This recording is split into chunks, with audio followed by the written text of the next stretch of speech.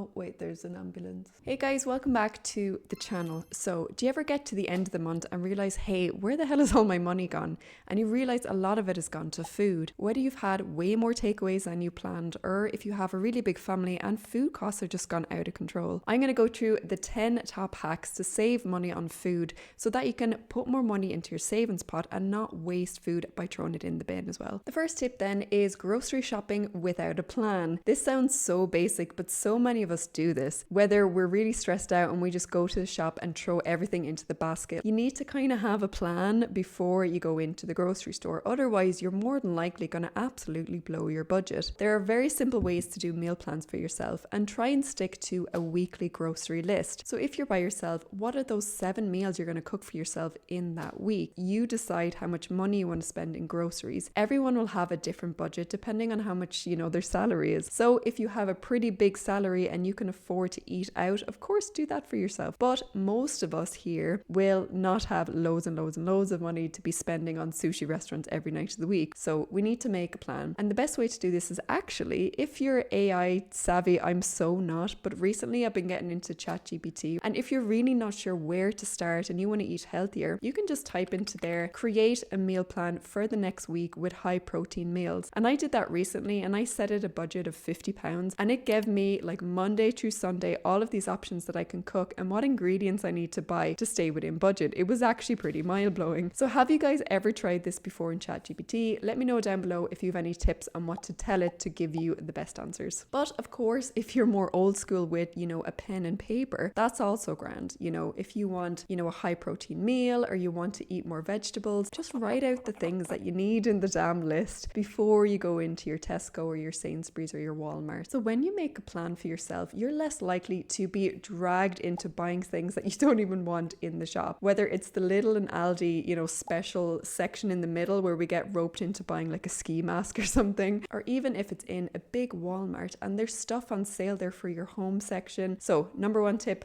make a list before you walk in there. So number 2 is letting food go to waste. The average household wastes about £700 a year on just throwing food in the bin. And of course, that's just chaos for the environment. More than likely, we're overspending when we go into a grocery store. And if it's just you at home or if it's a couple or even a family, we tend to overbuy because we're always worried we're just going to be sitting at home with no food in the fridge. A way to counteract this and to stop wasting so much food is to store your food properly. So if you've opened up half of an avocado, we all know that it goes brown pretty quickly. If you put it in a little sealed lunchbox, you can, prolong its life for an extra few days, so you're not actually throwing away these things. Same with things like spinach, when they go all weird and like mushy and mulchy. So again, seal up the bag with like a peg or a hairband or something and pop it back into the fridge. You can do something like a first in, a first out rule. So if you already have spinach and peppers and fruit in your fridge, you don't re-buy them when you do your weekly grocery shop. And I know this is a bit of a killer for people because they're just on automatic mode. Oh, I'll pick up more spinach because, I like spinach. But that just means you're more likely to throw away the extra food that's in your fridge. So how about once a month you have a week where you just cook stuff that's left over in your fridge? And there's some really good tips online. There's a YouTuber called Pick Up Limes who is a dietitian and she has really affordable meal plans and recipes for people. I've never met her. It's not a collab or anything like that, right? I'd love to meet her. She seems really nice. But she has, very simple meals that you can cook for yourself. So for example, if you've got carrots in your fridge that have been there for a while and they're kind of turning, or things like potatoes and stuff, you can just throw them into a slow cooker and make a lovely stew or casserole. I've done this loads of times. And there's loads of recipes on Pinterest as well to get good ideas from,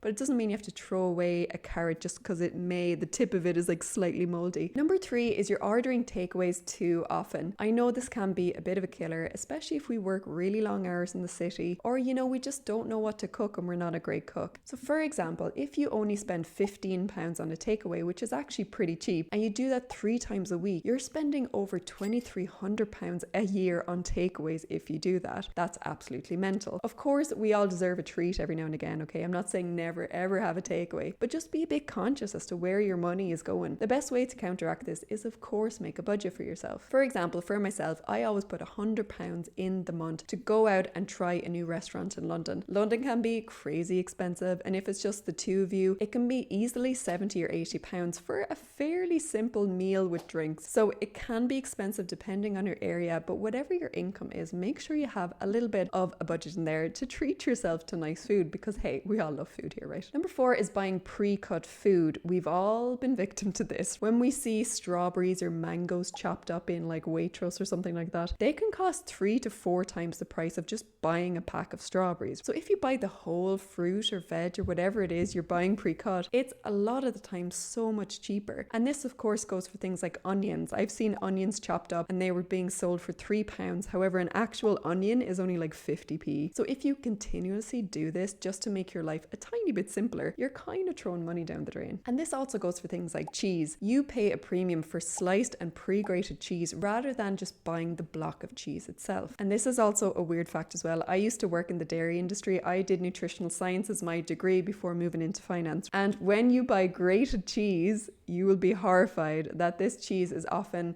things that are left over, different types of cheeses that sometimes fall into the machinery, sometimes fall into the floor of the factory. And they're, of course, put through a system where all of the bacteria has, gone out of it and it's processed. But it can be a mix of different cheeses if you think you're just buying a cheddar. It's totally safe to eat, of course, because they processed it again, safely. But when I heard that, I was like, I might just buy the block of cheese, not just that weird grated stuff anymore. Number 5 is ignoring sales and discounts. So for example, if you love Heinz beans and you eat a can a week, right? And you walk into a Tesco and you see that, it's on offer. You can buy 4 cans for the price of 2. Of course, avail of that offer, especially if you have storage in your kitchen. If it's something with a long life and something that you genuinely eat an awful lot of and is fairly healthy for you, of course, you can bulk buy those things. And this goes for the reduced price section of the store as well. Most grocery places will have this because they don't want to actually waste some food. They will just reduce it down by a big, percentage. But if you go through there, sometimes you get gems in there that you would have already bought at the full price. But just be careful. Don't just stock up on reduced item things that you feel like you're never going to get through all of them and that you're actually just going to throw them away anyway. So for example, I recently walked in and there were my usual yogurts that I always buy, and their best before date was the next day. And it was selling it in a pack of 6. And I know myself, I'm not going to eat 6 pots of yogurt by tomorrow. So I didn't buy them. And you really have to just understand, can I afford this item? Do I like this item? Am I going to, throw it in the bin at the end of the week? Just kind of navigate that before you pick up something, even if it is on sale. Number 6 is not using your freezer properly. Now, I love this. In fact, I'm a bit of a freak. My freezer is absolutely full of frozen fruit, peas for casseroles or curries or whatever. I even have tortillas in there because I know myself, if I open a pack of tortillas and I only take 2, I don't want the rest of them to go stale or moldy because I don't have tortillas that often. So using your freezer like this really prolongs the life, so you're not wasting money by throwing it in the bin. And even things like fruit. So the frozen fruit can be a lot cheaper than the fresh fruit. So if you don't want to buy pre-cut fruit, but you still find that the punnet of strawberries is still a bit too expensive for you, you can of course walk into the frozen aisle and they'll have frozen strawberries there. And you can use these for smoothies, you can throw them into porridge when you're making them. Honest to God, I use them for everything. Same with batch cooking. So if you have a decent sized freezer, of course you can,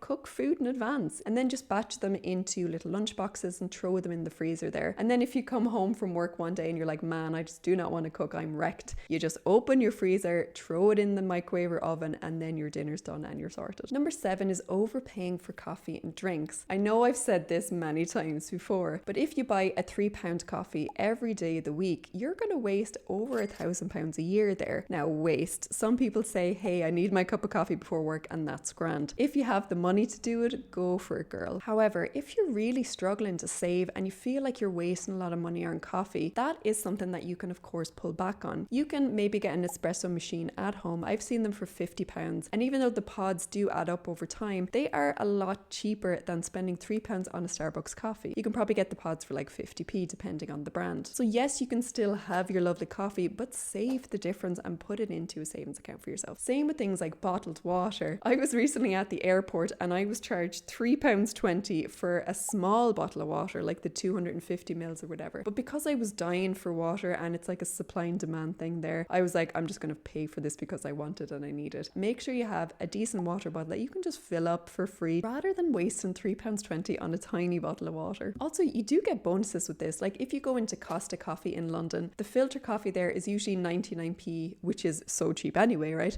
But if you bring in your own coffee mug, they only charge you 49p, and that's so cheap. And I know a lot of people who use that hack. So have you heard of that hack before, and have you tried the Costa coffee there? Number 8 then is buying too much in bulk and not using it. So if you're a single person living at home and you love beans, like that original example, right? A crazy example.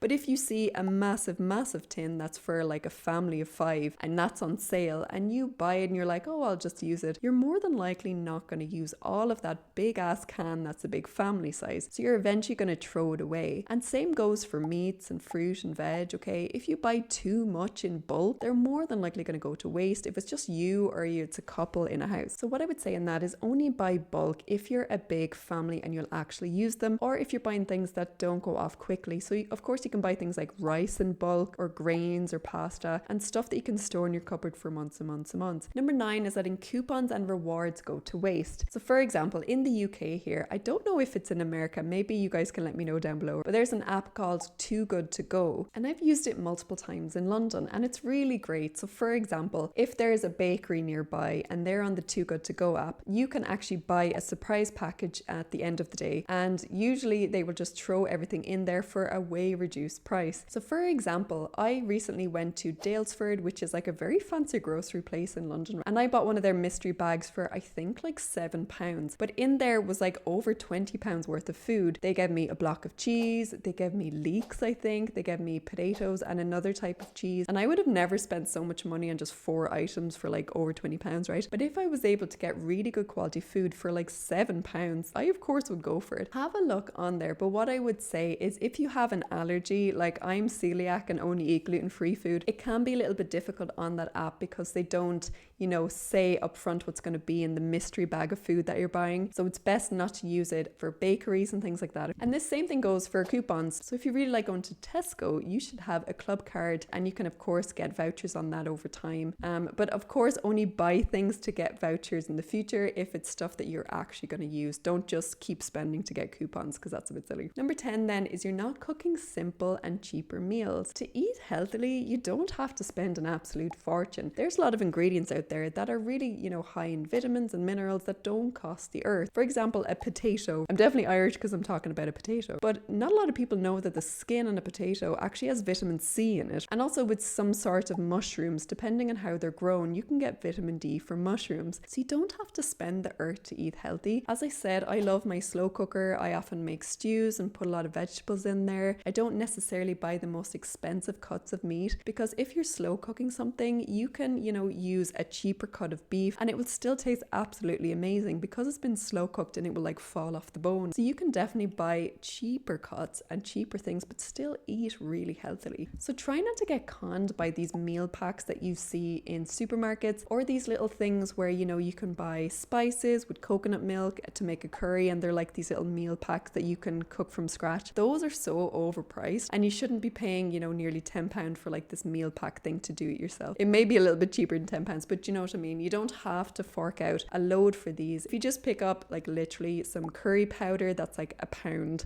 some coconut milk, which is £1, and some chicken with some frozen spinach, throw it in there and make yourself a lovely curry. It will honest to God last you a good few days. You could freeze some, it's really nutritious. You could have with rice on the side and it's so simple. So let me know down below, guys, what are your tips on saving money when it comes to food? I'm a massive foodie and I never want to scrimp and not eat food. So I always love getting these little tips from people, you know, about how we can save here and there, but still eat really healthily. And, you know, I tend to cook lunch and dinner anytime I'm here in my house, but I also love to try new food in London. So if anyone has any foodie tips, especially in London or any good places, let me know down below. I might do a video on that in the future. If you guys are interested in affordable food places out in London, let me know. I'll be happy to do a little food tour for you guys as well, on a budget. Thanks for watching, guys. I tend to post 2 videos a week, guys, and I'll post the most relevant ones here that will really help you on your wealth journey and learn how to save more frequently. I'm still fairly new, kind of. I've done over 100 videos now. So if you want more money in your pockets and to learn more about saving and investing, if you could subscribe, that would really help the channel out, but no pressure. Thanks, guys. I'll talk to you soon. Bye.